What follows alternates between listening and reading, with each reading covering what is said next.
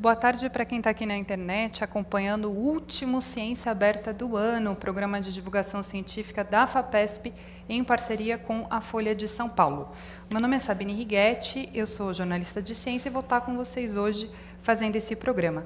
Hoje a gente vai falar sobre os novos desafios das cidades. São temas como formação das cidades, urbanização, migração, saúde, poluição, mobilidade, um monte de assuntos que passam diretamente no nosso dia a dia. Para se ter uma ideia, a estimativa é que até 2050, 75% da população mundial esteja vivendo em cidades. No Brasil, antes disso, em 2030, ainda mais gente, 90% da população, deve estar vivendo em cidades que já estão inchadas e cheias de problemas. Esse é o tema do nosso primeiro vídeo que a gente vai assistir agora. Em 1940, 31% da população brasileira vivia em cidades. Até a década de 1950, o país era predominantemente rural. Hoje, 84% dos brasileiros vivem em áreas urbanas e a expectativa é de 90% nos próximos anos, segundo o relatório da Organização das Nações Unidas. O Brasil é o país mais urbanizado da América Latina. A taxa de urbanização do país aumentou mais do que a de crescimento da população.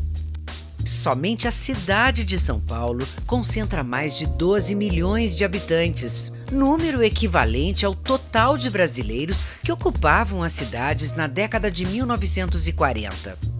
O rápido e desordenado processo de urbanização tem causado uma série de problemas urbanos nas últimas décadas. Atualmente, 35% dos municípios de todo o país não possuem saneamento básico.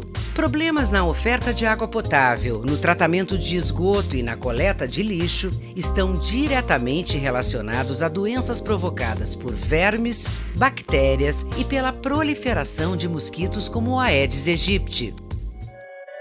Desigualdades sociais, políticas de moradia, ofertas de emprego, violência urbana, poluição, transporte e enchentes são alguns dos exemplos de ordem econômica e social que afetam milhares de brasileiros todos os dias. Bom, e para falar sobre os novos desafios das cidades, que é um tema muito multidisciplinar, a gente tem aqui 3 pesquisadores do estado de São Paulo, um médico, uma cientista política e um demógrafo, que eu apresento agora. A gente tem um professor do Departamento de Patologia da Faculdade de Medicina da USP, diretor do Instituto de Estudos Avançados também da USP, o Paulo Saldiva, que é o nosso médico. A professora do Departamento de Ciência Política da USP, diretora do Centro de Estudos da Metrópole, que é um dos centros de pesquisa, inovação e difusão apoiados pela FAPESP, um CEPID, Marta Rett, que é a nossa cientista política, e o professor do Programa de Pós-Graduação em Demografia da Unicamp e coordenador do NEPO, Núcleo de Estudos de População também da Unicamp, Alberto Jacob, que é o nosso demógrafo. Inclusive, a gente estava conversando, ele próprio tem uma formação bastante multidisciplinar, depois a gente pode conversar sobre isso. Obrigada pela presença. Lembrando que quem está em casa, no trabalho, acompanhando o programa ao vivo, pode mandar suas perguntas pelo Facebook da Agência FAPESP e pelo Twitter. Eu recebo aqui no meu iPad, é super importante a participação de todos e aproveitar a oportunidade de conversar aqui com os nossos 3 pesquisadores. Eu vou começar com uma pergunta geral. A gente viu no vídeo que a gente acabou de assistir que nas últimas décadas no Brasil a gente viu uma migração, as pessoas foram mudando para as cidades. Por que isso aconteceu? Quem quer começar? Na verdade, a escala de migração no Brasil ela reduziu nas últimas décadas. Na década de 70, aproximadamente 17,4 milhões de pessoas no Brasil migraram para as cidades. Na década de 70, né? Na década de 2000, esse volume de pessoas caiu para 6 milhões. Né? Até porque o estoque de pessoas no meio rural acaba reduzindo pelo fluxo da migração. né? Mas, de fato, a migração como origem do fenômeno, ela vem arrefecendo, né? E o grande fenômeno de crescimento das cidades ocorreu no Brasil na década de 70, né? Então, os deslocamentos populacionais contemporâneos são deslocamentos entre cidades, deslocamentos de mais curta distância, né? E o problema que nós temos nas cidades são deslocamentos diários no interior das regiões metropolitanas que são muito longos, né? Mas, de fato, a contribuição da migração para o problema urbano no Brasil, ela foi muito maior na década de 70, quando o volume migratório foi muito maior. Ele ainda é alto, mas ele vem diminuindo, ele vem caindo. Vem perdendo a intensidade. Agora, por que as pessoas fizeram esse movimento de mudar para a cidade? Bom, eu posso falar só do ponto de vista humano. É que a cidade, primeiro as mudanças da focação das cidades, né, e da natureza do emprego. Hoje o emprego ele está sendo baseado em serviços, predominantemente. A produção está sendo cada vez mais mecanizada, a própria produção agrícola está sendo cada vez menos intensiva de trabalho. E, além disso, as cidades, desde a antiguidade, é onde você conseguia ter o encontro de pessoas e gerar ideias. Muito do que a gente conhece da civilização ocidental. Quer dizer, você conseguia, por exemplo, fazer templos sem conhecer cálculo, né? Essa é a... Então, com a progressiva expansão das opções de trabalho, a cidade passou a ser atraente, porque o lazer está aqui, a cultura está aqui, a formação educacional está aqui. E é interessante que o Brasil, quanto maior a cidade, em geral, tem mais quantidade de oferta desse tipo de atrativo. Isso vai fazendo as cidades grandes ficarem maiores e você vai sugando, inclusive, todas digamos, as luzes das cidades periféricas que passam a ser dormitórios. Roberto, quer complementar? É bom ressaltar esse ponto de vista de que essa urbanização já há décadas já tem acontecido e está se arrefecendo com o tempo, né? Então, atualmente já bem poucas pessoas já fazem esse fluxo rural urbano, né? Então, como a professora Marta estava destacando, as migrações mudaram então a sua característica, né? De rural para urbano, ou de longas distâncias para curtas distâncias e mais para movimentos internos, intrametropolitanos, ou só ajustes entre seus municípios de residência, né? Então, com isso, esses desafios que foram colocados aí no vídeo já começaram já no passado, né? Já nos anos 70 e tal, e a gente está vivenciando isso hoje, mas que já se iniciaram no passado. E o Paulo falou da questão do trabalho, né? O trabalho muda bastante, então a população vai para as cidades muito também em função do trabalho. Agora, essa população que migrou, né, mais intensamente na década de 70, ela estava preparada para o trabalho na cidade? Não, certamente não, porque o Brasil da década de 70 era um Brasil com níveis em que os níveis de escolaridade eram baixíssimos, né?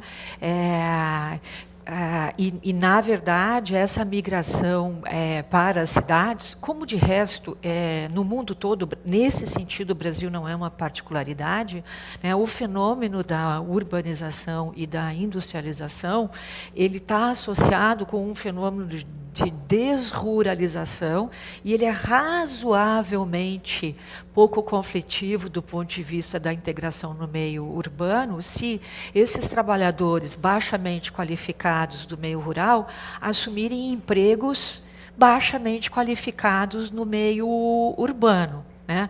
No caso brasileiro, e aí sim, diferentemente de várias cidades europeias, né, esse fenômeno da desruralização foi numa e consequente urbanização, ocorreu numa escala tal que esse ajuste, digamos assim, dos volumes não aconteceu, né? Os países europeus tiveram dois fenômenos importantes, né? Primeiro foi a migração, a emigração como política de Estado, né? E depois as duas guerras mundiais, que basicamente mataram pessoas em escala industrial, né?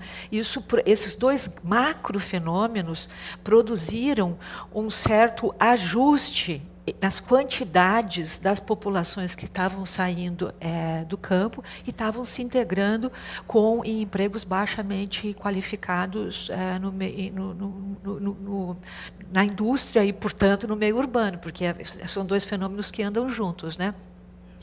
Nos países de colonização, ou nos países em que ou não houve esse ajuste do mercado de trabalho, ou não houve guerras, como é o caso dos Estados Unidos também, né, você tem uma mão de obra baixamente qualificada, sobrante, que ela não é integrada, né? Então, voltando à sua pergunta, o problema não é basicamente a baixa qualificação desse processo, porque você pode produzir políticas de qualificação da mão de obra, né? Um dos problemas na urbanização brasileira é o problema do ajuste das quantidades mesmo, né?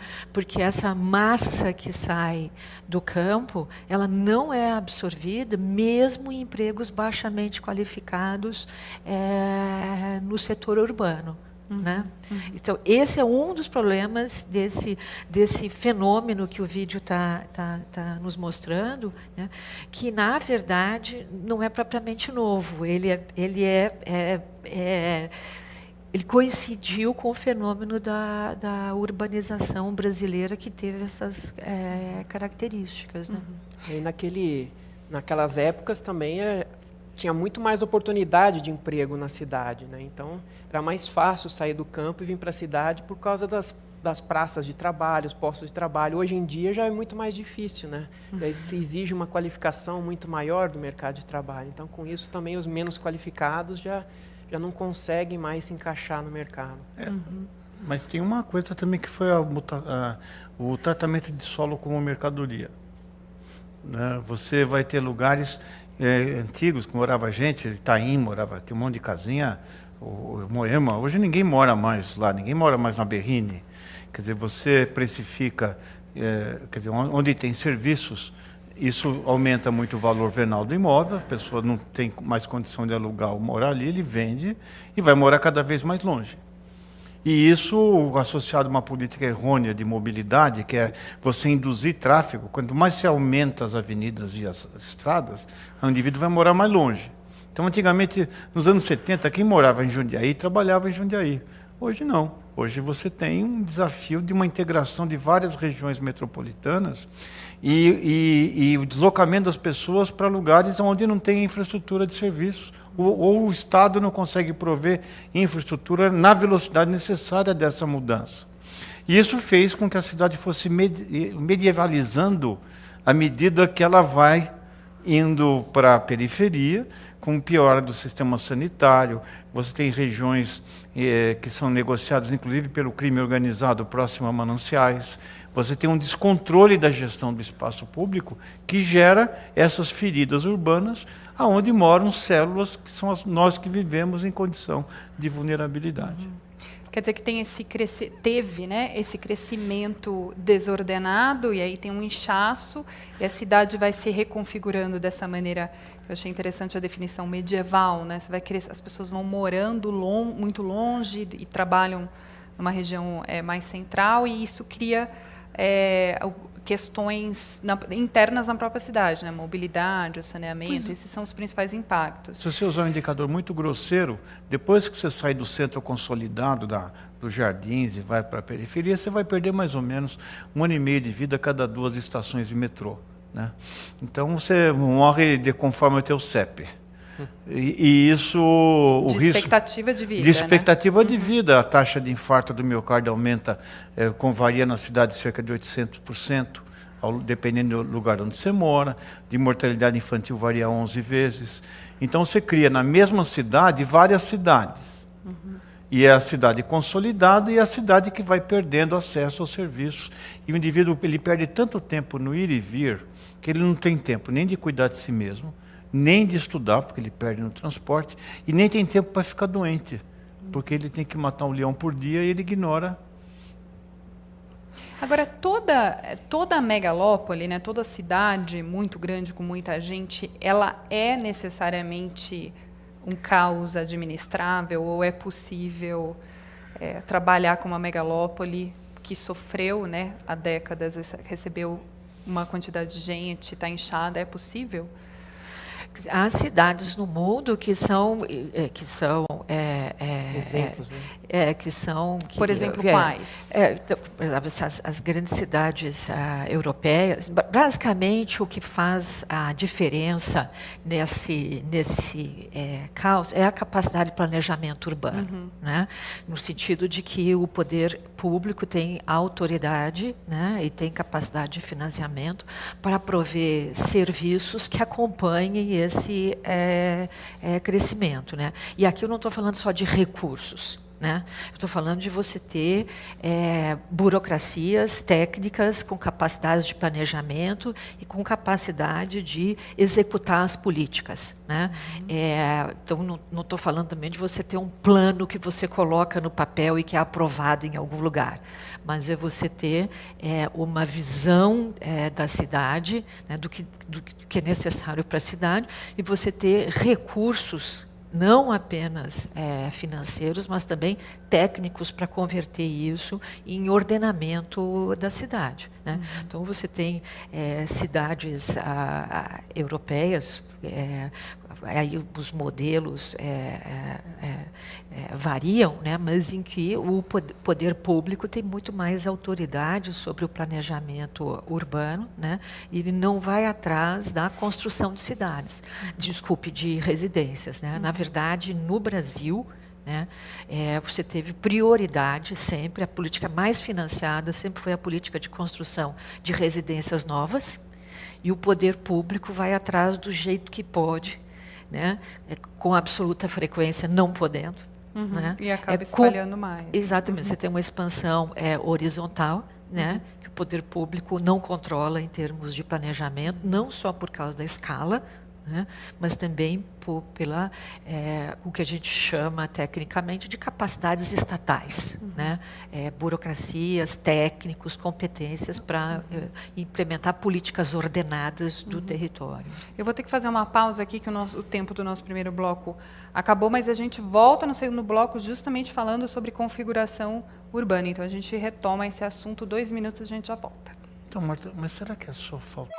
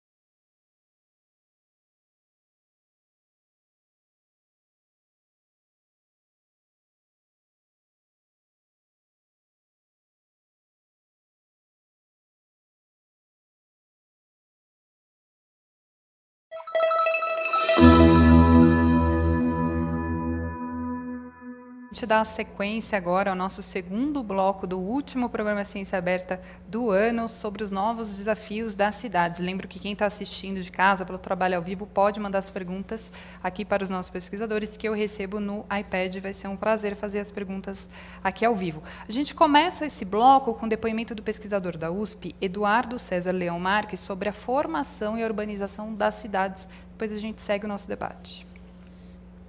Quando se discute a questão das grandes e os desafios para as grandes cidades ou as metrópoles, é preciso levar em conta o fato de que existe uma heterogeneidade muito grande nesse grupo de metrópoles, mesmo de tamanhos similares, né? E tem alguns desafios que vêm com a escala, então são presentes em todos os lugares, mas tem muitos outros que têm a ver com a história das cidades e a maneira como elas foram sendo construídas. Então você tem cidades com marcadas por grandes desigualdades sociais, como as cidades brasileiras, São Paulo, Rio de Janeiro, Belo Horizonte, da América Latina, Lima, Buenos Aires, Bogotá, Cidade do México, mas também africanas, como Lagos, na Nigéria, ou as cidades sul-africanas, e você tem padrões de cidades de tamanho similar, embora normalmente um pouco menores, mas marcadas por muito menos desigualdade e muito mais riqueza, como as cidades europeias e norte-americanas, né?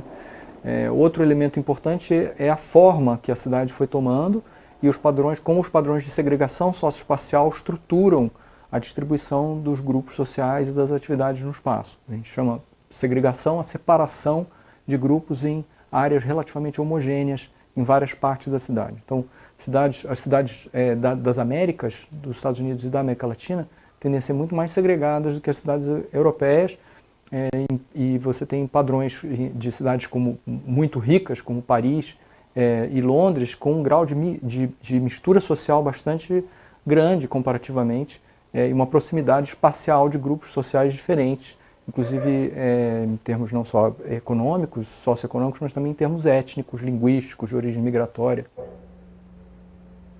A gente terminou o bloco anterior justamente falando da questão das cidades espalhadas, né, dos problemas que isso causa.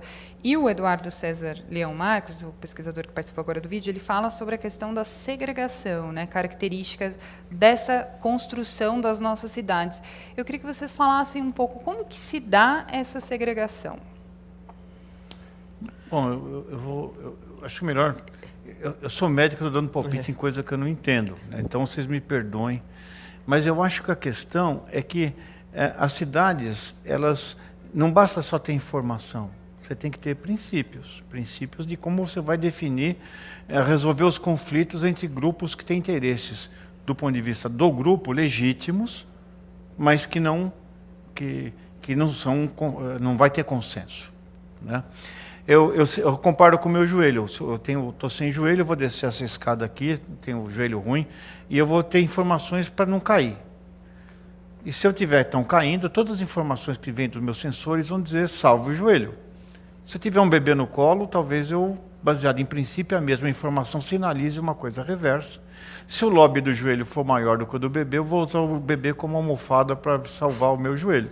Então, então é a mesma informação, mas que é processada diferentemente.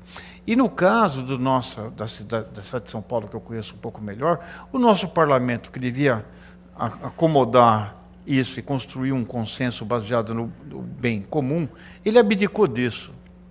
E ele cedeu o espaço, todos os planos diretores, que são bons, eles não foram cumpridos, foram modificados a posteriori, porque a indústria da construção civil, ela foi usando a parte mais sofisticada da cidade para prestação de serviços, concentrando o emprego no centro, e as pessoas que moram numa região que tem vocação comercial, o preço do aluguel da moradia é tão grande que ela vai morar cada vez mais longe. E esse é um mecanismo maior de você ter grupos desertos de serviços, onde não mora ninguém, mas tem serviços, e... Quer dizer que a gente tem falando especificamente de São Paulo, que é o grande caso, né, do país. A gente tem uma concentração de áreas de serviços e áreas comerciais em regiões nobres, bem localizadas e centrais, e as pessoas estão morando cada vez mais longe, né? Essa é uma maneira de leitura dessa segregação. Você poderia dizer, onde que está concentrada a população no Brasil, a população urbana? Ela está concentrada basicamente nas regiões metropolitanas, né? Então, primeiro, você tem uma desigualdade entre as regiões metropolitanas. Tem regiões metropolitanas que concentram muito mais riqueza do que outras, né? Então, se você comparar, por exemplo, a região metropolitana de São Paulo com a região metropolitana de Belém, em termos de oferta de serviços, há uma desigualdade muito grande. Mesmo uma pessoa de classe média na região metropolitana de Belém, ela tem menos serviços do que uma pessoa de classe baixa na região metropolitana de São Paulo, porque você tem uma desigualdade entre as regiões metropolitanas. Depois você tem uma desigualdade dentro das regiões metropolitanas. Tá? Você tem a cidade sede, que concentram riqueza e empregos, e você tem as cidades periféricas, que concentram a população mais pobre. Então, isso gera custos de deslocamento que são muito elevados. Por exemplo, na região metropolitana de São Paulo, em média, as pessoas se deslocam 1h30 por dia, 93 minutos, né? Porque você tem grandes deslocamentos, porque os empregos estão concentrados nas regiões centrais e a residência está concentrada nas regiões periféricas. Como a residência, as pessoas que moram na periferia, os imóveis e os recursos são menores, essas prefeituras também têm menos recursos. E depois você tem desigualdades dentro das cidades. Né? Porque você tem, como o Paulo estava mencionando, regiões nobres, em que você tem uma superposição de vantagens, e você tem as regiões mais vulneráveis, onde, de novo, você tem uma superposição de desvantagens. Né? Famílias mais vulneráveis, menor acesso a saneamento, a regularidade da oferta de água. Então, você tem desigualdades dentro das cidades. Essas pessoas, elas não estão separadas por muros visíveis, né? Mas elas estão separadas, porque você tem cidades dentro das cidades. Né? O comentário do Eduardo é muito importante, porque ele está dizendo, isto não é inevitável. Né? Há cidades no mundo em que o planejamento urbano conseguiu se impor, e aí movido por princípios, como menciona o Paulo, e não por interesses privados que comandam a expansão da cidade. Né? Há cidades em que esses padrões de segregação são muito menos evidentes do que nas cidades brasileiras. Uhum. Né? Se você pegar um carro, sair do centro de São Paulo e for para a periferia de São Paulo, o verde vai desaparecendo. Tem uma... o problema da segregação... Depois eu vou para uma pergunta do Facebook. O problema da segregação é o acesso diferenciado das pessoas a serviços, a ofertas. Então, por exemplo, não basta ter água canalizada, tem que ter a regularidade de água todo dia. Não basta ter escolas. Tem vagas nessas escolas que as pessoas podem usufruir. E é assim, né? Não basta ter casas, ou seja, no mercado imobiliário, as pessoas vão ter acesso a financiamentos para comprar essas casas. Então, a questão da segregação é esse, né? O viés ruim, né? Porque são pessoas que podem ou não ter acessos diferenciados a serviços sociais e ofertas de outras opções. Eu só queria dar um exemplo da capital do Brasil. Brasília é o maior exemplo de segregação que eu conheço. Você tem um plano piloto sofisticado, com serviço, educação, lazer, e a população trabalhadora, de fato, vai morar nas cidades piloto, nas cidades satélites, onde nem transporte coletivo elas têm para chegar no plano piloto. Então, isso é o que era para ser uma utopia de igualdade desenhada, onde você teria superquadras onde moraria. Pelo governo abdicar do planejamento original, você transformou aquilo num apartheid que nem na Cidade do Cabo existe. Você separou, inclusive, com dezenas de quilômetros a população. Porque a ideia original era que os serviços, o comércio e o trabalho estivessem concentrados, né? E não houvesse essa separação. Não houvesse expansão. A separação ficou ainda maior. Né? Tem uma pergunta pelo Facebook que vai muito na linha do que a gente está falando, do José Tadeu. Ele pede justamente um exemplo de cidade em que as coisas funcionem bem. Né? A gente acabou de falar de Brasília, que não deu certo. Em transporte, por exemplo, Barcelona. Então, Barcelona é uma cidade que não precisa de carro, morador. Tem metrô, tem ônibus, tem trem, tem grandes calçadas para caminhar. Então, os moradores até possuem carros, mas eles usam mais para viajar, coisas assim, né? Então, em termos de transporte... E se você comparar Barcelona com Atlanta, que tem o mesmo tamanho e é uma cidade razoável, a mesma população, só que para o metrô de Atlanta ter a mesma funcionalidade de Barcelona, que tem 400 quilômetros de metrô, você precisa ter em Atlanta 1.300 quilômetros de metrô, porque a cidade se espalhou. E isso ele torna o sistema operacionalmente deficitário e você não consegue dar transporte coletivo. Esse é um modelo de espalhamento. Só que em Atlanta foi por uma questão cultural. As pessoas no sul dos Estados Unidos gostam de morar longe, com quintal grande, e vão fazer isso fora. No Brasil foi porque os serviços foram apoderados, né, pelo comércio, a região sofisticada, e a periferia. A cidade de Tiradentes, para mim, é um exemplo clássico disso. Por 400 mil pessoas, quando foi construída, não tinha nada. O único valor foi o levado em conta foi o valor venal do terreno. E agora, a ocupação porque a gente tem áreas comerciais bem localizadas que estão ocupadas com comércio, né, com serviço e muito valorizadas, mas a gente também tem nas mesmas regiões áreas desocupadas e às vezes prédios abandonados, né? Ocupar essas áreas, ou com moradia, ou com serviço, ou com as duas coisas misturadas, que talvez seja o ideal, é uma solução? Existe uma discussão nesse sentido? A discussão que tem se feito com relação à cidade de São Paulo, porque também quando a gente fala de cidades, a gente está usando um termo genérico para falar de territórios que são muito diferentes, né? Então, agora a gente está falando assim das grandes cidades brasileiras e particularmente das regiões metropolitanas, né? Mas o Brasil também tem cidades médias em que os problemas urbanos não são os mesmos dos problemas das grandes cidades, né? Um problema que é específico da cidade de São Paulo e em menor escala das regiões metropolitanas brasileiras, essa, digamos assim, separação entre os espaços em que estão concentrados os empregos, as oportunidades de trabalho e os espaços de residência, né? Porque por razões do custo da terra, né, as pessoas tendem a morar cada vez mais longe por conta de que, digamos, o que varia basicamente na construção das edificações é o custo do terreno. Tá? Então, o debate para a cidade de São Paulo ele é menos concentrado na oferta de serviços, porque, na verdade, nos últimos 20, 30 anos, a oferta de serviços e atividades comerciais melhorou muito na cidade de São Paulo, né?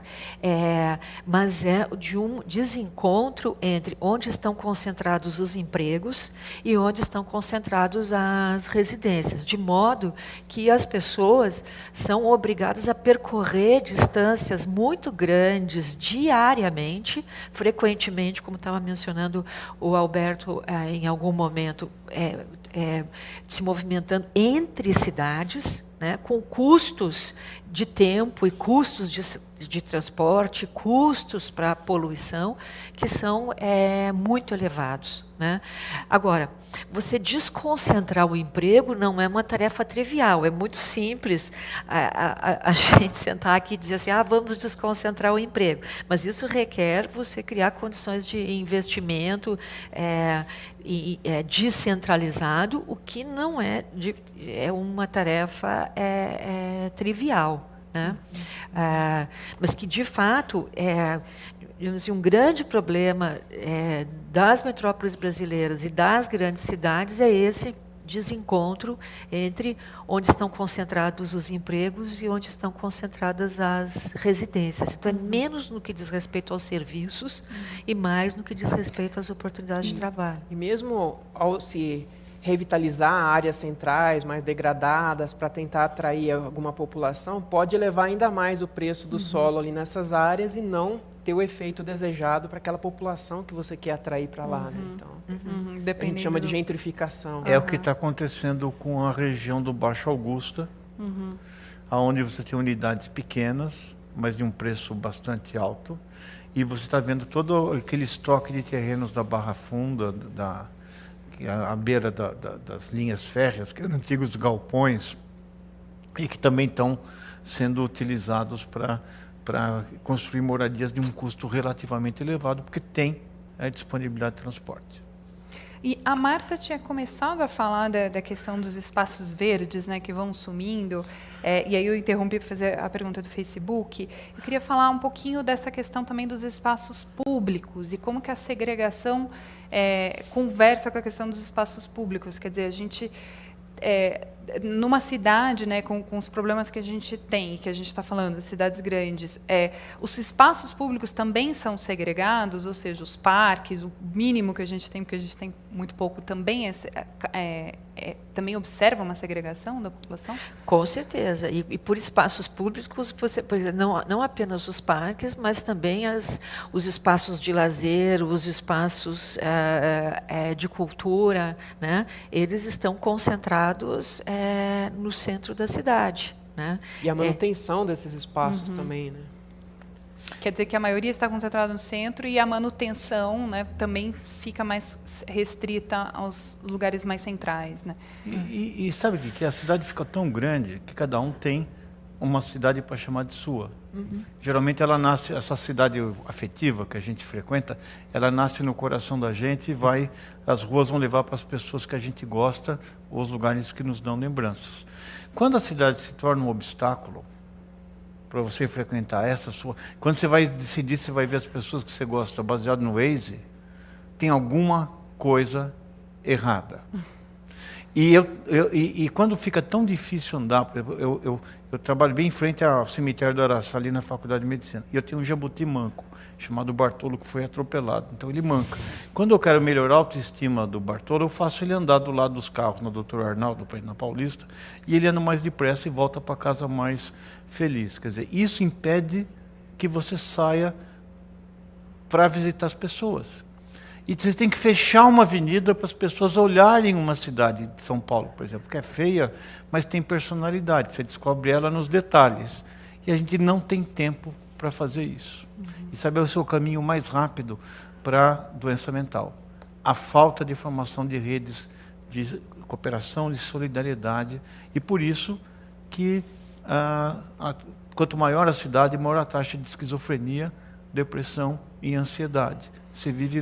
Você não encontra mais pessoas que você goste. Paulo, ótimo que você trouxe esse assunto. O próximo bloco, o terceiro bloco, é justamente sobre saúde. Então, a gente vai fazer uma pausa de 2 minutos e a gente volta falando sobre saúde, mobilidade, transportes e outros temas dos nossos desafios das cidades.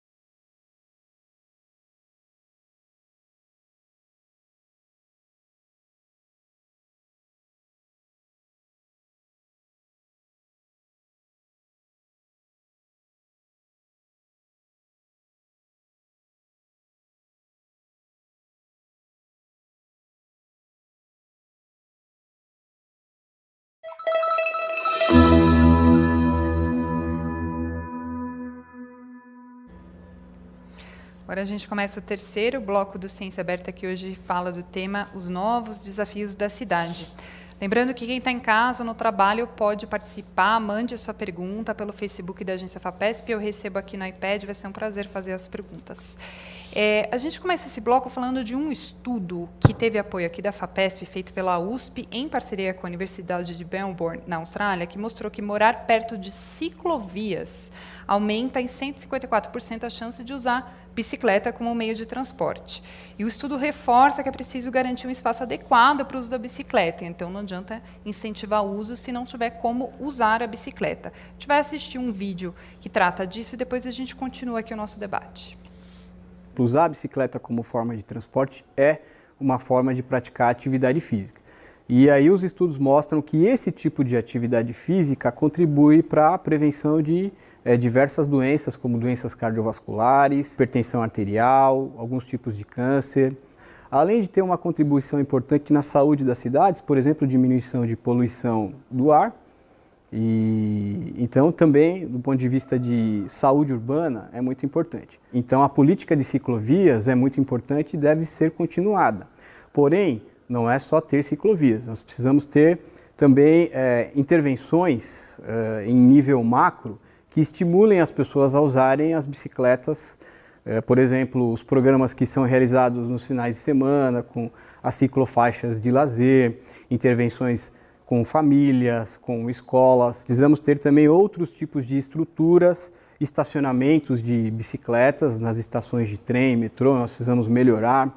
Os programas de bike share também é importante termos mais programas de bike share em São Paulo para aluguel de bicicletas. Historicamente, essa política de promoção do uso da bicicleta é recente em países como Brasil, Colômbia, que são países da América Latina, e que, principalmente nos últimos 5 anos, isso no caso do Brasil, isso, principalmente São Paulo, isso ficou muito forte. E uma das formas da gente fazer inclusão e melhorar os ambientes é por meio de construção de ciclovias, de parques, praças. Então, por exemplo, São Paulo teve uma boa política de ciclovias nos últimos 5 anos, com a implementação de mais de 400 quilômetros de ciclovias em toda a cidade. A gente fechou o bloco anterior falando da questão de saúde, né, de como viver nas grandes cidades que foram construídas de maneira caótica afeta a saúde, né, de quem vive nessas cidades. E eu queria fazer uma conexão aqui com o vídeo que a gente acabou de assistir sobre, né, o uso de bicicleta. E lembrei do seguinte, Paulo, eu já ouvi você dizendo que quem vive numa cidade como São Paulo não precisa nem fumar porque já fuma, porque respira tanto o ar poluído que acaba sendo praticamente tendo uns efeitos muito parecidos com quem fuma pouco, né? E eu queria fazer essa conexão, quer dizer, como que a gente pode reduzir, por exemplo, né, o uso de carro e consequentemente a poluição, se a bicicleta é um meio viável, como que você enxerga isso? Bom, mesmo quando você usa transporte coletivo, você caminha. Você caminha até o ponto, tem até uma academia subterrânea que é a ligação da linha verde com a amarela, que tem corrida, artes marciais, todos os tipos de esporte naquela conexão, né? Então, em média, uma pessoa que anda em transporte coletivo caminha de 5 a 6 mil passos por dia, que já é muito bom para melhorar a saúde. E a bicicleta, para aqueles que gostam, para aqueles que têm condição, também é um bom caminho. Eu uso bicicleta desde os 17 anos de idade para me locomover e não tenho carro. Então, eu acho que dá. O problema é que a cidade tem um lado, o lado dela é do carro. Toda a sinalização semafórica, né, é feita para você, para o carro. Existe um fenômeno de mudança cultural, ou, quer dizer, nós tivemos aqui uma política de valor. A própria cidade universitária, vamos pensar até Brasília, ela foi concebida com uma concepção rodoviarista. E às vezes, para você mudar essa cultura, tem que passar uma geração. Isso já começou a acontecer nas cidades. Você vê que um jovem hoje que atinge os 18 anos de idade, o número deles que não quer mais nem fazer exame para motorista está aumentando. Você quer usar o carro, não quer mais possuir o carro. Então, isso vai acontecer irreversivelmente. E isso é importante porque a mobilidade ativa é um grande fator. Hoje nossos carros têm 6 pneus, 4 embaixo, 1 no step e 1 na cintura, porque você fica muito tempo sentado sem ir para lugar nenhum, né? Quer dizer que afeta diretamente a saúde, né? O nosso primeiro programa aqui do Ciência Aberta foi sobre obesidade, o quanto que a população realmente está ganhando peso. Então. Fora que a gente chega mais tarde em casa, tem que acordar mais cedo, dorme menos, que não ajuda a saúde mental. Você vai trabalhar, quantas horas você passa no escuro hoje? 6 horas, né? O que acontece nas latitudes extremas quando você tem alterações de ciclo de luz? Aumento de suicídio. Então a gente leva o sol para casa. Tem um ruído urbano que fica estimulando a cóclea, não deixa a gente aprofundar o sono, não deixa secretar melatonina em condição adequada, e com isso está associado com ansiedade. Então, obesidade. As crianças não andam mais na rua de medo do crime ou do tráfico. Parque infantil é uma jaula infantil, você cerca um espaço para a criança não fugir e atrapalhar o trânsito. A comida também tem um aspecto cultural, né? Então, enfim, existe uma série de fatores que fazem com que doenças mentais, a obesidade e câncer, porque a gente fuma o equivalente hoje sem ter escolha 5 cigarros por dia. Felizmente, para a maior parte de nós não acontece nada, mas para aqueles que têm algum problema de reparo ou vigilância imune de tumores, isso vai fazer a diferença. Então, eu acho que são as coisas que a gente pode consertar usando o remédio de cidades que tiveram essa mudança de cultura rodoviarícia para transporte coletivo de baixa emissão. Só para você ter uma ideia, a nossa Câmara Municipal adiou por 20 anos o banimento do diesel como transporte, para o transporte cativo, para a frota cativa. Então, enquanto na Europa e nos Estados Unidos está banindo o diesel das cidades, aqui a gente adiou por 20 anos. Nossa. Então, isso mostra que a gente é que nem o Curupira, a gente olha para frente, mas o pé está para trás. E a gente retrocede de uma forma bastante grande. Mas eu vi ali nos vídeos que as ciclovias estão nas vias de maior circulação de carros, de poluição. Isso também afeta muito Mas a gente já estudou. Né? Por nível em São Paulo, o teu benefício vai até você praticar 200 minutos ao ar livre. Depois disso, a dose de poluição que você leva começa a tirar os efeitos disso, né, desse benefício. Em Beijing, não. Você pode andar 1 hora, 1 hora e pouco, porque o nível é maior. Mas tem o seguinte, o exercício regular, não tem aquela sensação de bem-estar depois do exercício? Isso secreta cortisol e uma série de citocinas anti-inflamatórias que funcionam como se você estivesse tomando um anti-inflamatório cronicamente. E reduz a obesidade. Então, você tem outros benefícios que vão além do aumento da dose. E outra coisa, onde tem mais poluição no congestionamento é dentro do carro. A poluição é puxada pela ventilação e não consegue dispersar. Então, os níveis de poluição dentro do carro, em geral, são 20% maiores do que aqueles na calçada correspondente. Quer dizer que andar, só antes de passar para a Marta, só para complementar, então andar numa ciclovia, por exemplo, mesmo que seja numa avenida muito movimentada, não é uma questão. Andar no carro também representa...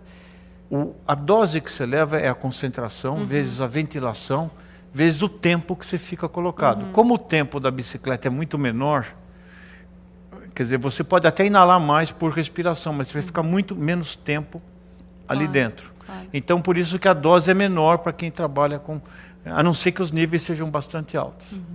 Marta. Não, como o Paulo está mencionando, há muito boas razões, né, para que os sistemas de transporte incorporem a bicicleta. Você tem razões de saúde, tem razões associadas à poluição, disso não há a menor dúvida, e eu concordo inteiramente com a ideia de que nós temos que migrar para um padrão que incorpore o exercício físico e tal. Por outro lado, é difícil você pensar que a bicicleta seja a solução para o problema de deslocamento nas grandes cidades brasileiras. Tá? Os estudos sobre São Paulo mostram que 54% das pessoas que se deslocam diariamente, elas se deslocam por mais que 12 quilômetros.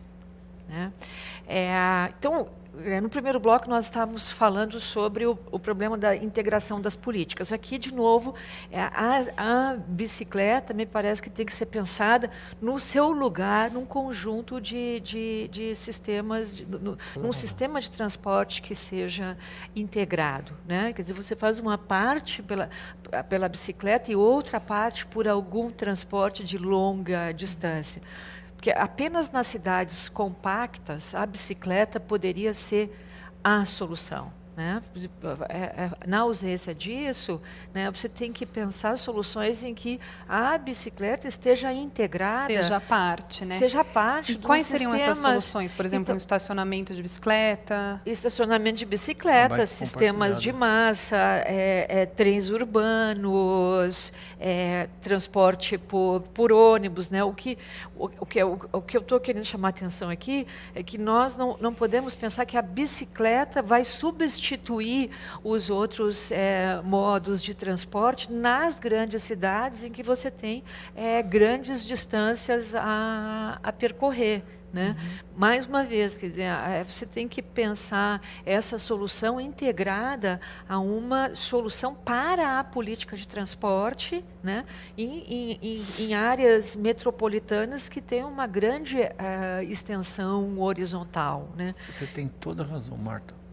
Eu ando naquela ciclovia da Faria Lima, tem congestionamento de bike até, porque a pessoa pega a bike compartilhada para ir almoçar, para fazer aquele... Então, mas existe uma estrutura de modais.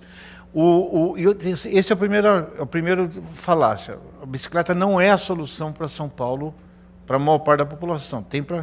Agora, outra coisa, que bicicleta é coisa de ativista. Quem anda de bicicleta é gente dura. Vai para o litoral, vai para as cidades, é a primeira forma de mobilidade de gente que economiza a tarifa do ônibus, né? Porque tem um conceito de velocidade urbana que para mim é velocidade social. A velocidade social, ela é a distância pelo tempo, mas você tem que acrescer o tempo, quantas horas do seu dia você usou para pagar aquela viagem.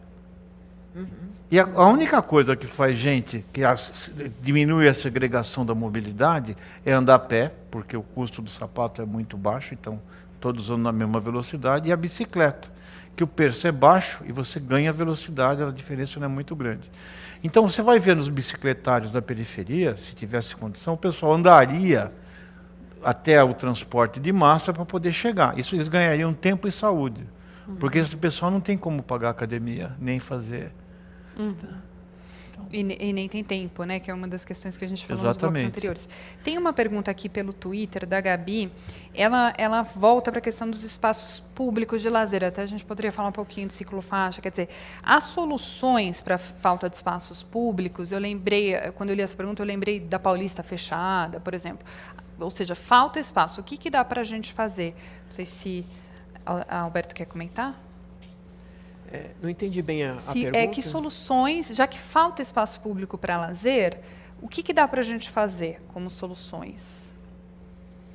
Em termos de lazer, assim? Isso, pensando em lazer. Quer dizer, um caminho importante é descentralizar os espaços de lazer e as oportunidades de lazer, né? Como eles tendem a ser concentrados nas áreas mais equipadas, né? Você tende a própria atividade de lazer, ela implica grandes deslocamentos, né? Então, há um caminho, assim como o emprego deve ser descentralizado, né? O lazer também tem que ser descentralizado, né? De modo que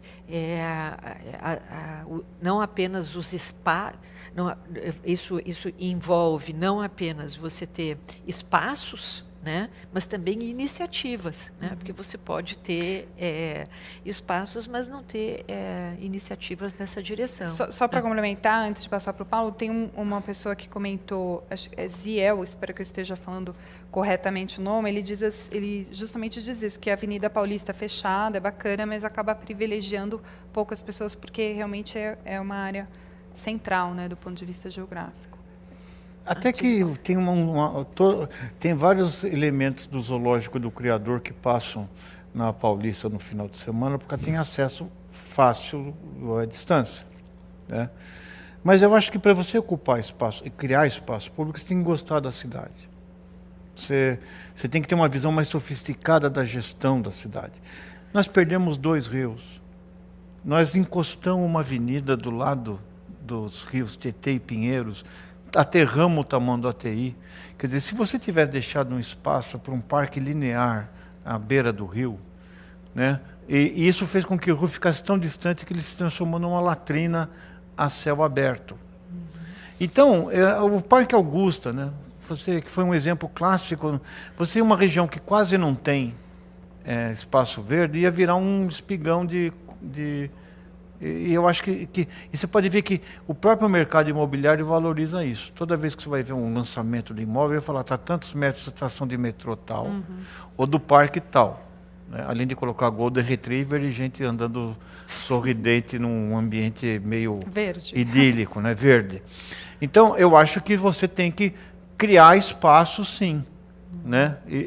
Se tem prédio desocupado, por exemplo, aquele prédio que caiu no Largo Paissandu, eu teria na hora feito desapropriado para fazer um lugar de parque elétrico. Tem algumas iniciativas que estão sendo legais, mas ainda anêmicas, porque a gente sempre engraxou o sapato, ou pelo menos cedeu o espaço, para o mercado imobiliário.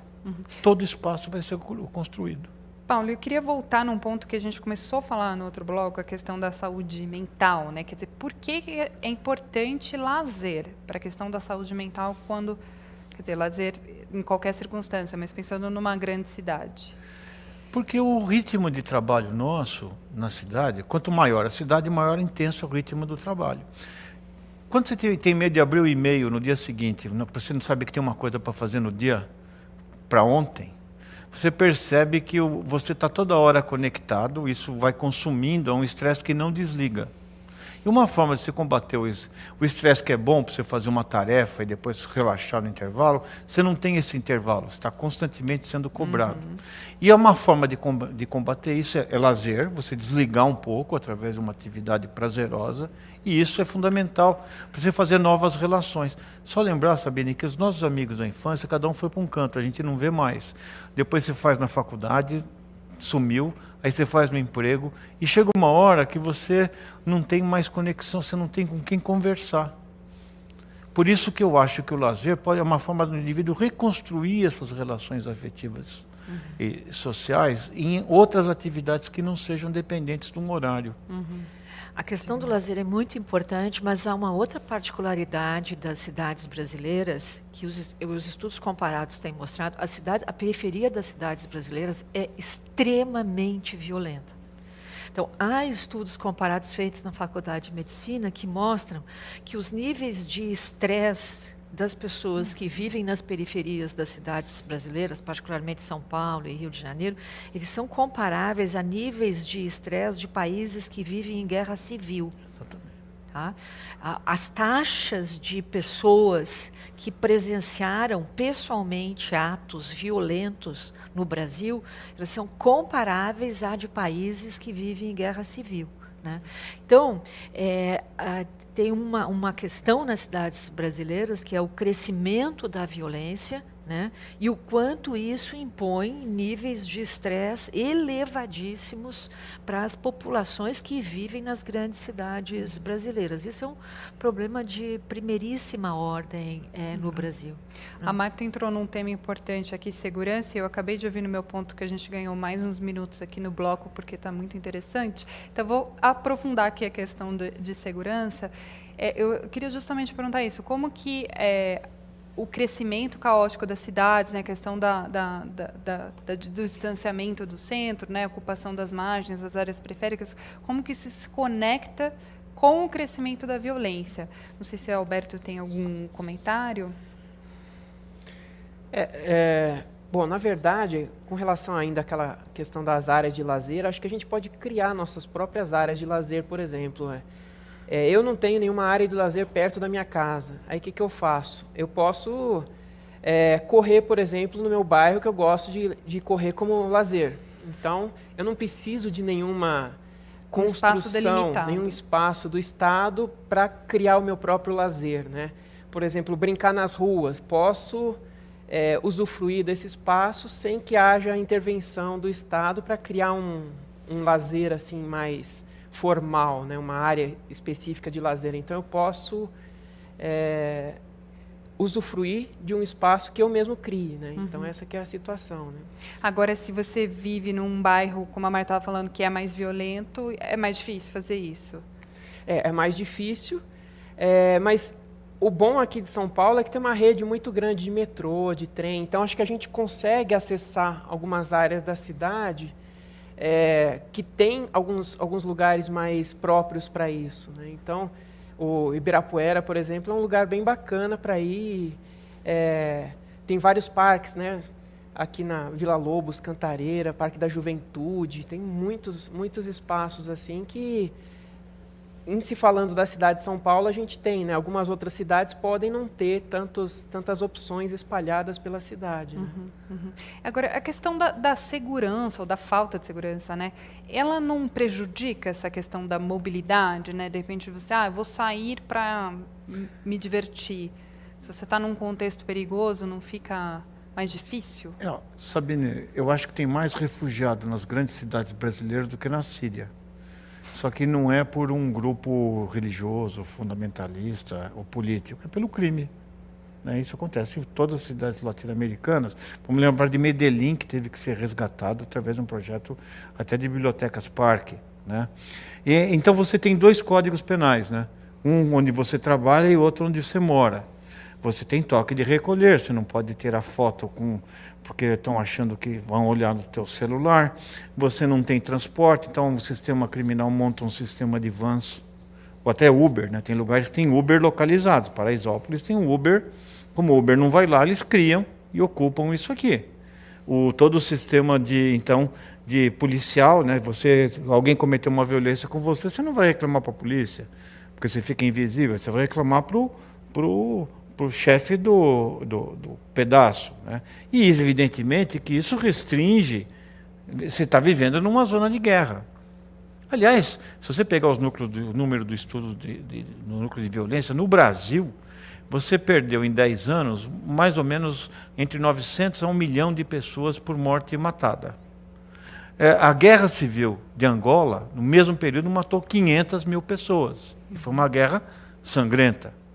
Então, o Brasil vive um estado assim como a cidade vai se ficando medieval, você tem o senhor feudal do pedaço, que tem a sua própria luta com os outros senhores do lado, quer dizer, você retrocede para a Idade Média. E não é à toa que as doenças que a gente considerava, vai tudo junto. Se você tiver um infarto numa região dominada pelo tráfico e chamar alguém para te levar ao resgate, talvez ele não entre. Só se alguém autorizar. Então, é lógico que isso... Então, quando o Estado não provê serviços, alguém vai prover. E isso é o que está acontecendo no Brasil. Nós temos dupla ou tripla cidadania, dependendo de onde moramos, porque nós temos que negociar, nós temos que pagar um imposto para o Estado e, ao mesmo tempo, negociar serviços para o dono do pedaço. A gente vai continuar esse debate muito interessante agora. A gente faz um intervalo, a gente volta para o quarto bloco daqui 2 minutos. Obrigada.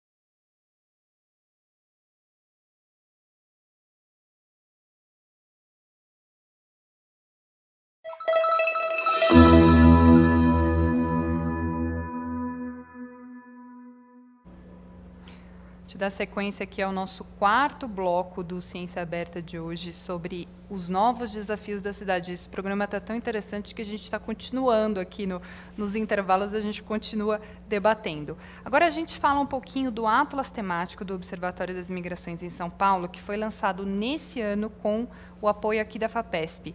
De acordo com o Atlas, o Brasil é um país de trânsito migratório. Entre 2000 e 2015, foram registrados quase 900 mil imigrantes internacionais no Brasil, dos quais mais ou menos 1/3 foram registrados no estado de São Paulo. A gente vai assistir agora um vídeo que vai tratar disso e a gente começa depois do debate falando de migrações. O Atlas do Observatório das Migrações em São Paulo, Migrações Internacionais, ele é um projeto FAPESP e que completa 10 anos esse ano. Então, nós conseguimos compilar informações da Polícia Federal para atualizar as informações a partir de 2010, data do último censo demográfico, e que, portanto, traz novas questões para que a gente possa pensar as migrações do século XXI. Uma primeira questão que é importante é a composição étnico-racial, né? Nós sempre pautamos no ideal do imigrante, particularmente aquele vindo do século XIX para o XX, que é o imigrante branco e europeu. As migrações do século XXI, elas anunciam uma migração não branca, uma migração negra, em muitos casos indígena, e que é preciso, então, que a sociedade esteja preparada para esse novo olhar para a migração, que é uma migração que desconstrói o mito de receptividade migratória, pautada na migração europeia, e desconstrói também o mito da assimilação migratória. É preciso entender que hoje o Brasil é um país de trânsito migratório. O projeto migratório final não necessariamente é o Brasil. A posição do Brasil no cenário internacional e sua geopolítica é que definem essas novas configurações metropolitanas e interioranas das migrações internacionais. Bom, lembrando que quem está em casa ou quem está assistindo ao vivo o programa pode mandar as perguntas, eu recebo aqui no meu iPad. Eu vou começar esse bloco com o Alberto. O que significa dizer que o Brasil é um país de trânsito migratório? Quer dizer que as pessoas entram no país e vão para outro lugar. A questão é mais econômica, né? Então depende muito do momento econômico do país. Então chegam muitos imigrantes internacionais, mas eles também ficam pouco tempo no Brasil e saem. Às vezes a proposta deles é simplesmente pegar uma documentação brasileira, um passaporte brasileiro e já ir para algum outro país, porque o passaporte brasileiro tem mais receptividade em outros países do que simplesmente o de origem deles, né? Mas o que eu quero chamar a atenção é a pouca quantidade de imigrantes internacionais que o Brasil tem recebido em comparação com os demais países, né? Segundo dados, por exemplo, do censo 2010, se pegar todos os acumulados internacionais, dá 0,5% da população brasileira. Então, isso é uma cifra mínima. 0,5% da população hoje não é brasileira, veio de outro país. O dado que ela menciona é de 900 mil, né? Então, para uma população de 220 milhões, né, a escala do migrante internacional é muito pequena, né? A gente está vivendo a questão da conjuntura, os migrantes venezuelanos, né? Se a gente comparar os migrantes venezuelanos, quantos dos venezuelanos vieram para o Brasil, quantos foram para a Colômbia, quantos foram para outros países do Caribe, né? Essa escala é muito pequena. Eu acho que o Alberto está chamando a atenção para um problema importante, né? A nossa migração massiva ainda é interna, né? E nós vamos precisar muito deles, porque com o nosso envelhecimento, que está cada vez mais acentuado, a gente vai precisar repor esses postos de trabalho, que está diminuindo muito a fecundidade aqui no país, está aumentando o envelhecimento. E com isso, a gente vai precisar cada vez mais de imigrantes internacionais. A gente viu agora a questão dos mais médicos, os cubanos. Saíram os cubanos e algumas cidades já estão sem médico. Em polvorosa. O que nós vamos fazer sem os cubanos? Então, imagina isso em nível nacional mesmo, né? E com outras profissões. Em várias áreas. Tem outros países que já estão perdendo população já faz décadas, né? Então o Brasil, a partir de 2040, 45, vai começar a reduzir seu volume populacional. Né? E com isso já entra também a questão da reforma da Previdência, cada vez mais idosos sendo sustentados por cada vez menos pessoas em idade de trabalho. Então, a gente vai precisar cada vez mais de pessoas nesse mercado de trabalho mesmo, né? Nessa idade de mercado de trabalho. E o que faz, a gente comentou, né, 900 mil imigrantes, e é um país de trânsito, né, então o imigrante entra e sai, ou ele quer sair. O que faz ele vir para o Brasil, além da questão do passaporte? A gente tem atrativos que, de fato, né, que atraem uma população, ou de repente até uma população que queira trabalhar no Brasil, ou seria o caso de ter uma política de atração? Principalmente a proximidade, né? A gente vê o caso dos venezuelanos hoje, né? É muito fácil cruzar a fronteira da Venezuela para o Brasil. Não existe nenhum impedimento para você cruzar. Às vezes é só cruzar uma rua, às vezes não tem nenhum tipo de barreira. E aí o que chama atenção para isso, que o impacto que tem ali, é porque eles são obrigados a ficar em áreas de fronteira. Porque eles têm que esperar a regularização da documentação para poder vir mais para dentro do Brasil, né? Então, isso impacta muito nas cidades pequenas que são fronteiriças. E com isso, dá aquela explosão da mídia, né? Então, olha, quantos estão entrando diariamente e tal, porque eles são obrigados a ficar lá enquanto esperam, né? Isso é a morosidade da nossa burocracia que impede que eles tenham os documentos para poder ir para outros lugares do Brasil, né?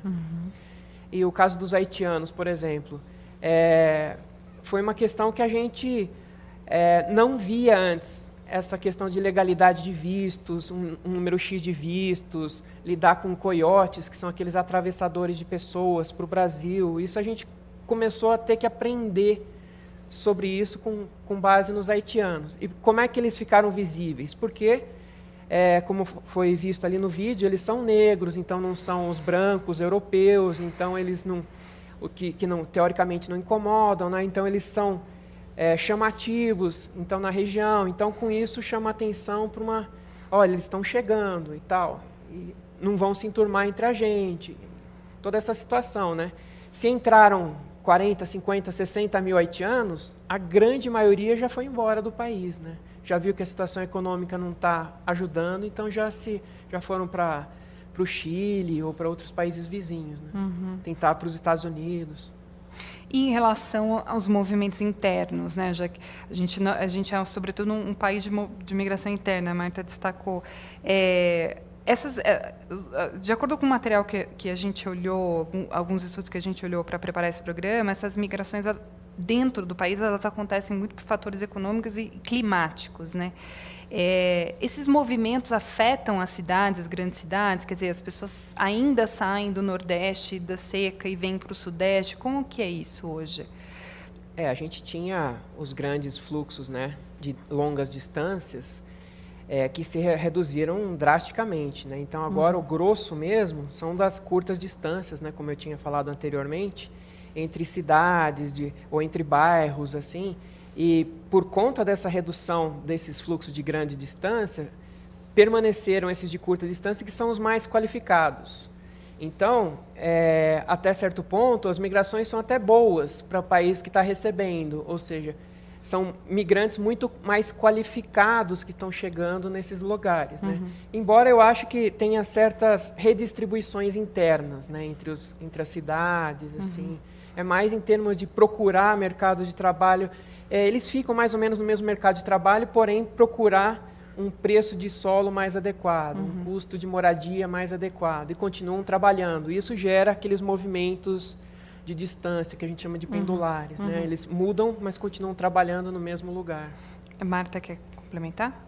Não, eu ia justamente fazer reforçar esse argumento que o Alberto está levantando, né?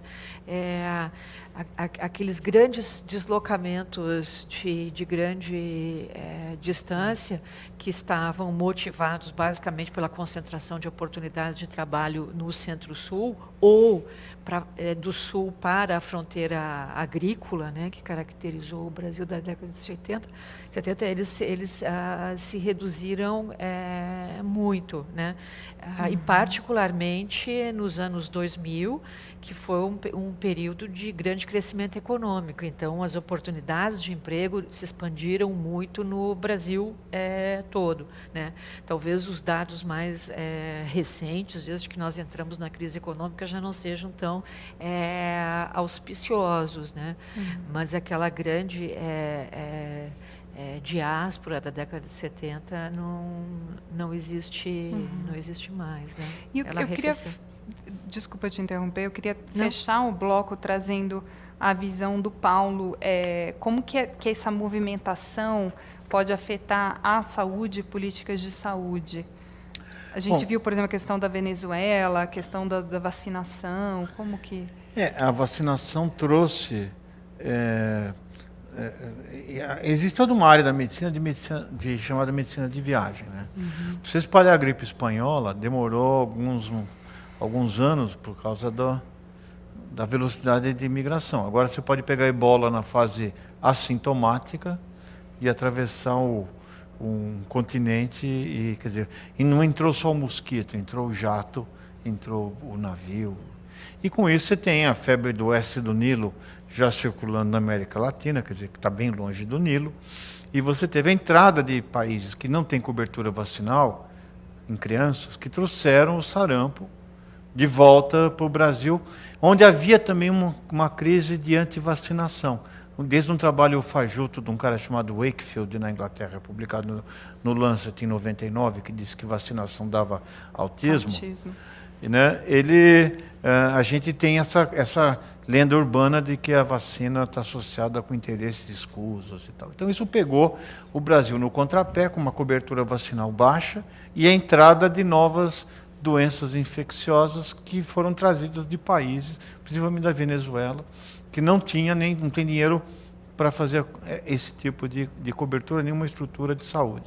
Então isso existe sim, existe também imigração interna. Quando houve nos períodos de cana, de corte de cana de açúcar, você começou a ter extosomose nos açudes do interior de São Paulo. Quer dizer, você começou a transportar, ou seja, as doenças foram perdendo a regionalidade e passaram a ser globais. Espalhadas. E isso o sistema de saúde tem... Por exemplo, hoje você tem poucos pediatras que viram algum caso de sarampo. Então o diagnóstico do sarampo, que era qualquer pediatra antigo fazia, hoje já fica... Sabe, a gente descobre aonde? Na sala de autópsia. Infelizmente a gente descobre esses hiatos vacinais de crianças que morreram por sarampo sem ter feito o diagnóstico. A gente fecha esse quarto e último bloco, a gente volta em 2 minutos falando sobre cidades inteligentes. Até lá.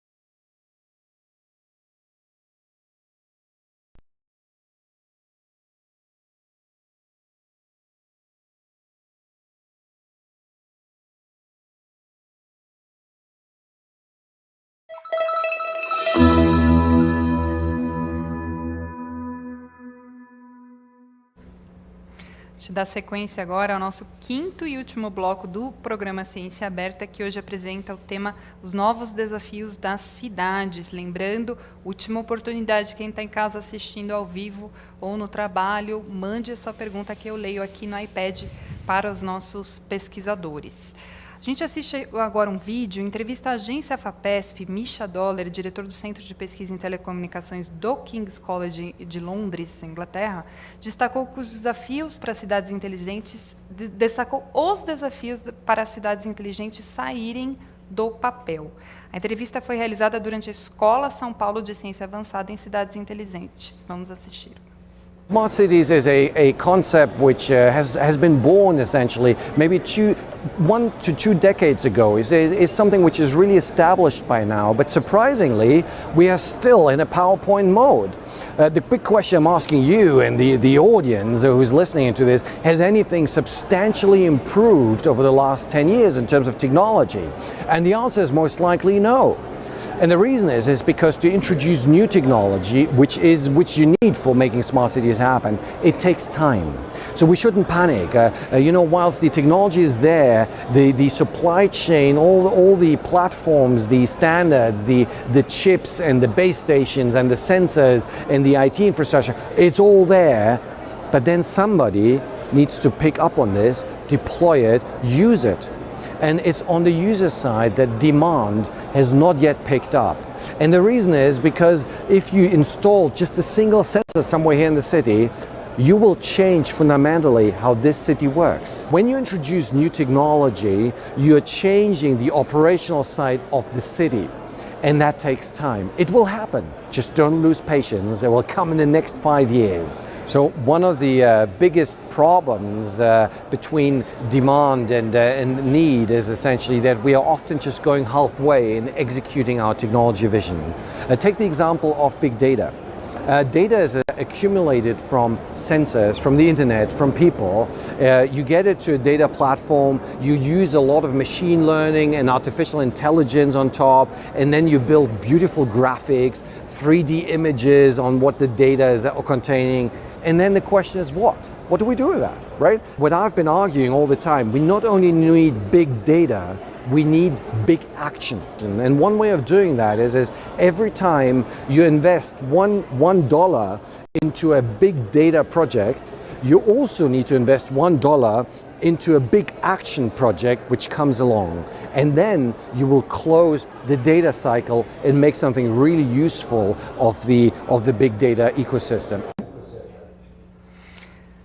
Quem pode definir para mim e para quem está assistindo o que exatamente são as cidades inteligentes, smart cities, esse conceito? Eu entendo que seja o seguinte, que seja você usar sistemas digitais de disponibilidade de informação para a gestão das cidades em oposição aos modelos analógicos de obtenção de informação. Então, vou dar um exemplo. Né? Se você a prefeitura precisa controlar se uma linha de ônibus, né, todo o trajeto que está contratado é feito. Né? Então, como é que esse controle de que a prestadora de ônibus está realmente pegando os passageiros do ponto final ao outro ponto final e trazendo de volta? Você tinha que colocar fiscais parados em pontos específicos para saber se o ônibus passava por aí. Tá? Então, se você tem um sistema digital, né, um sistema que concentra dados, você instala, né, formas de captação da informação, por exemplo, dentro do ônibus, né, e você vai concentrar essa informação sobre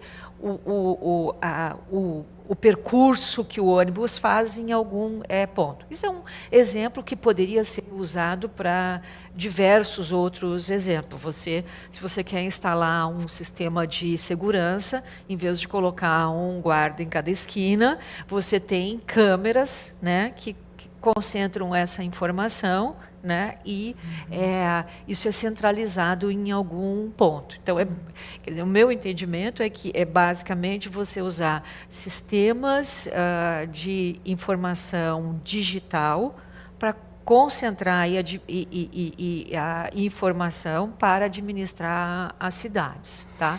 E aqui, então, tem um negócio muito importante, uma questão muito importante que eu gostaria de introduzir nesse debate, que na verdade, o Big Data é um repositório de informações que te permite armazenar informação com muito mais informação e um uso muito mais rápido dessa informação. Então, você ter Big Data não é você vender um software, que é uma interpretação do que seja Smart Cities, né? É você ter gestores que podem usar essa informação para tomar melhores decisões sobre a cidade. E voltamos de novo para o problema da capacitação técnica que nós estávamos falando no primeiro bloco, né? Você precisa ter entre os gestores das políticas específicas uma camada de gestores que consiga ler essa informação, interpretá-la e usar em benefício da cidade, né? Então, o que eu entendo da afirmação do nosso colega de Londres, né? Quer dizer, it takes time, quer dizer, é preciso investir numa segunda parte, que é ter ações que convertam essa informação em decisões.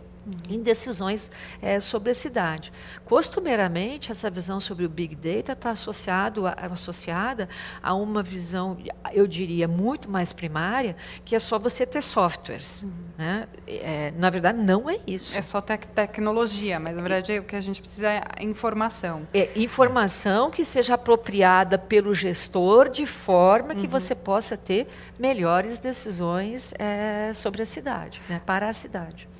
Eu acho que eu sou mais simplista, né? Eu entendo cidades inteligentes como uma cidade que usa tecnologia para otimizar os seus recursos. Isso. Então, não sei se não seria cidade digital, essa questão de usa sistemas digitais, alguma coisa assim. Por exemplo, reciclar água de chuva, algumas coisas assim, né?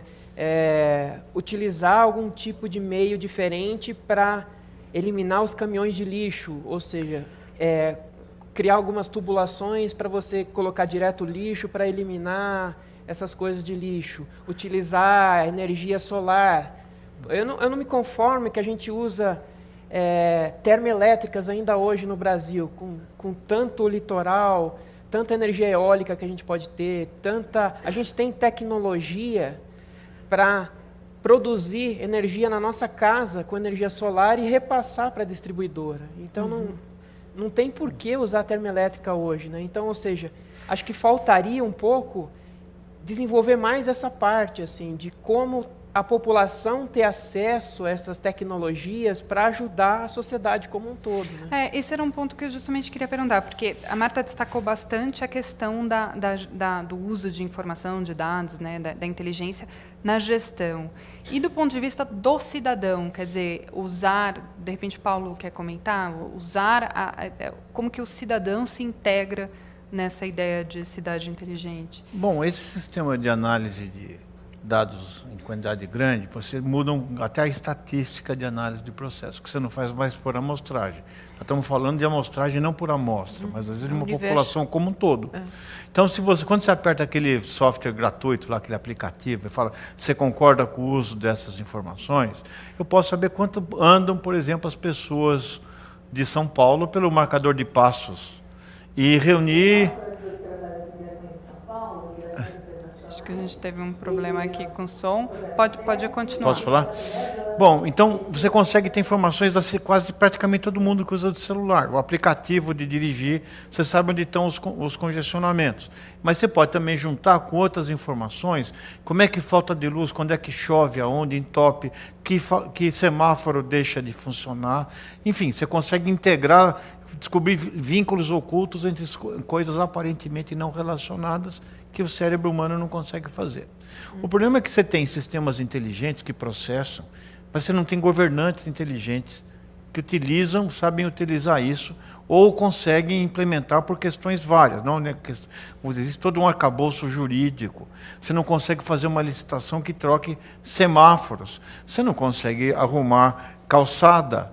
Quer dizer, então, se a legislação for antiga, dinossáurica, não adianta você ter a informação, ou mesmo você fala, bom, aonde tem maior deslocamento, onde eu tenho que criar um polo de emprego, onde é que eu tenho que melhorar o meu sistema. Aqui em São Paulo você não consegue controlar ponte. A cidade infartou. Teve uma ponte de safena que obstruiu e você infartou a cidade por um trombo de concreto. Então, existe uma dissociação muito grande entre as informações disponíveis. Agora, para o cidadão, hoje você consegue escolher o melhor caminho. Você sabe que hora você tem que sair para pegar o ônibus, porque o GPS informa que aquela linha que você está passando está ajudando a fazer. Você consegue ter uma previsão mais regionalizada do tempo para você saber se você vai levar barco, bota inflável no lugar que você trabalha, porque vai inundar, né? Então você consegue, ou seja, melhorou muito a nossa, inclusive melhorou muito a capacidade de você não se deslocar para o trabalho. Quem trabalha com escrita, com coisa, pode, através dos recursos, reduzir a pressão sobre o deslocamento. O problema é que, como disse o nosso colega inglês, ele falou daquele jeito inglês, né, com educação. Eu que sou mais tosco, eu posso falar que não adianta você ter sistemas capacitados para integrar e apontar direções possíveis e modelar intervenções, se você tem gente que está amarrada na legislação ou que está querendo fazer uma coisa que tem um efeito mais rápido, não melhorar a cidade, ser eleito na próxima gestão. Isso, assim como teve infarto na cidade pela ponte, tem o Alzheimer dos dirigentes, que esquecem rapidamente o que prometeram nas eleições ou o que a gestão anterior fez. E esse quadro é que leva a você ter uma cidade desacoplada, ou seja, nós temos abundância de dados e desabundância e carência de inteligência dos órgãos efetores. É interessante que o Paulo usa conceitos médicos para explicar as analogias. Nós temos insuficiência renal, que a gente não filtra água, temos diabetes porque não usa energia, temos diarreia aquosa nos rios, temos obstrução arterial por trombos de 4 rodas, enfim. A cidade tem um quadro e obesidade porque ela cresceu mais do que a estrutura disponível consegue suportar. Eu queria emendar uma pergunta ainda falando, né, do cidadão, né, de quem mora na cidade. Considerando que a gente já tem um cenário de segregação, de desigualdade, que, portanto, nem todo mundo que vive numa cidade grande como São Paulo é, por exemplo, digital e consegue acessar um GPS, por exemplo. A cidade inteligente para o cidadão, ela não pode ser ainda mais exclusiva? E não, o digital ele não quer gastar crédito, porque ele paga. Se eu tivesse um Wi-Fi e permitisse, então, que esse acesso chegasse nas pessoas, aí todo mundo ficava digital. Quer dizer que tem que ter a política pública para que a cidade possa vir, porque todo mundo carrega um celular no bolso hoje, é raro os que não têm. Então, tem uma questão interessante aí, que é assim, quando a gente estuda padrões de desigualdade, né, eles normalmente estão associados com a renda dos indivíduos, né? Então, a gente associa as possibilidades escolares dos indivíduos, a sua origem familiar, mas normalmente a gente estuda a desigualdade tomando como unidade de análise o indivíduo. Na verdade, quando se trata de serviços públicos, e aí a gente pode incluir também os digitais, as unidades de análise são territoriais. O que quer dizer isso? A oferta dos serviços, ela depende de um cálculo das empresas provedoras sobre a possibilidade de que esses serviços sejam vendidos. Então, esse cálculo para a oferta, ele é territorial, ou seja, ele é definido pelas características de uma vizinhança, né? Então, volto a dar o exemplo que eu dei em algum dos blocos. Um indivíduo de classe média em Belém vive em piores condições de acesso a serviços, inclusive digitais, do que um indivíduo mais pobre na cidade de São Paulo, porque ele tem uma vizinhança de melhor renda. Então, a natureza do território, né, da vizinhança, afeta o acesso a serviços. Então, de novo, no que diz respeito ao uso de serviços digitais, você tem desigualdades entre as cidades brasileiras, você tem desigualdades dentro das regiões metropolitanas, né? E também você tem desigualdade dentro das cidades. Então, os indivíduos podem ter ele tem um aparelho de celular, mas o acesso digital vai depender da área onde ele está usando, né? Porque a natureza do território, são as características socioeconômicas do território que definem as desigualdades. Estou me lembrando agora de um programa que eu assisti, uma coisa curiosa, tem um depoimento, um documentário sobre desigualdades na cidade. Era uma moça que tinha uma empresa individual, ela trabalhava com o próprio celular, mas como ela morava numa região de periferia em que não tinha acesso ao celular, ela ia para uma universidade federal para usar o Wi-Fi da cidade federal para poder da Universidade Federal para poder exercer o empreendedorismo dela. Né? Então, do ponto de vista do cidadão, o acesso a serviços digitais depende crucialmente do território, da oferta daqueles serviços no território em que ele mora. Né? É claro que você tem a segregação produz semelhanças dos indivíduos no território, mas é o território que explica as possibilidades de acesso.